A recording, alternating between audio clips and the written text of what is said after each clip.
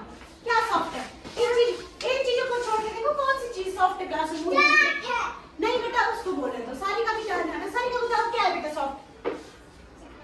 Chart soft है क्योंकि chart क्या है? फोल्ड हो सकता है, ये सॉफ्ट ही है। ठीक है अभी मैं पूछूंगी अरमान से। अरमान जो टेबल पे सामान है इसको छोड़ के मुझे बताओ पूरे क्लासरूम में सब क्लासरूम में हार्ड चीजें क्या है? क्या क्या है हार्ड चीजें? बताओ बताओ क्या लग रहा है? हाँ जी नहीं हार्ड चीजें बताओ। हार्ड क्या है? हार्ड मतलब सख्त चीज कौन सी जो फोल्ड नहीं हो पा रही है? ये टेबल है कि नहीं? टेबल है। Very good. क्या है टेबल हमारा? हार्ड चीज है।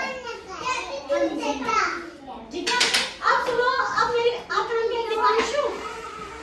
चलो दिवांशु क्लासरूम में जो चीजें हमने अभी तक नहीं देखी है वो चीज आप बताएंगे। हार्ड चीज कौन सी है जो सख्त चीज है? चार्ट तो सॉफ्ट है। हार्ड चीज अब देखो टेबल हमने कर लिया अच्छी करके करके। उसके अलावा देखो क्या क्या रहता है?